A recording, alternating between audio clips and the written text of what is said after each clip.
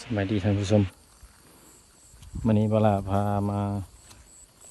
ชมเบิ่งให้เบิ่งนาเนาะเพราะว่าได้มีโอกาสมายามเบิ่งนาเนาะไว้เฮ็ดนายอดทดลองเบิ่งปีนี้ก็เลยมาเบิ่งว่ามันมีหญ้าบ่เลยบ่มีหญ้าอยู่เนาะทำบ่หลายปานใด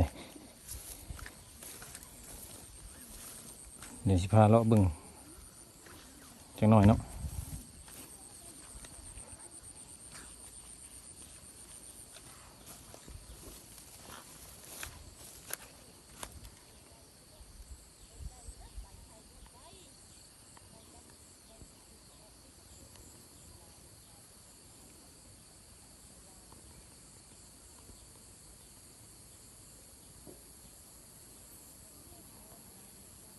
มีหญ้าอยู่พี่น้องเลยทางโบราณปานใด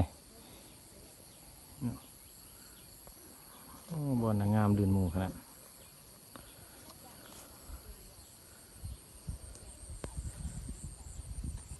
ให้นั่นเนาะมีหญ้า